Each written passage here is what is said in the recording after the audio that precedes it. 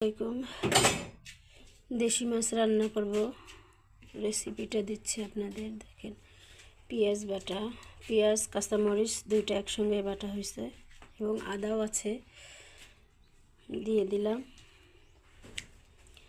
এটা হচ্ছে বাদাম বাটা। একটু স্পেশালভাবেই রান্না করব, যেহেতু শোল মাছ পোস্ত দানা হলে ভালো হয়, তো পোস্ত দানা বাসায় নেই, তাই বাদাম ছিল, বাদাম বাটা দিচ্ছি। এটা হচ্ছে সরিষা বাটা, সরিষা বাটা, হলুদ গুঁড়ো,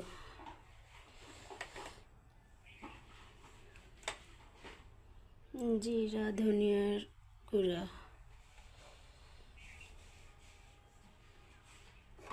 এটা হচ্ছে একটু কালার করব,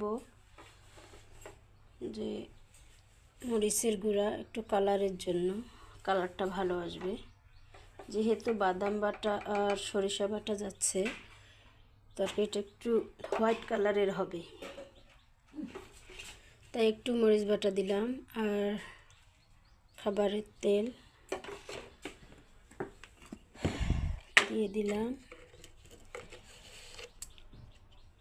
দিয়ে দিলাম নুন।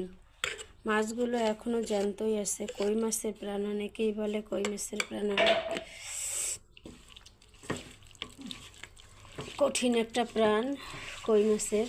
তো কই মাছটা এখনও আমার তাজাই আছে, ঝাঁপ দিছে। দেখেন, একদম গ্রেভিটা অনেক গাঢ় হবে, একটু গ্রেভি টাইপেরই করব। তো আমরা অবশ্য হাতে মেখেই মাছ খাই, কাঁচা মাছ খাই, ভাজা মাছ খাই না।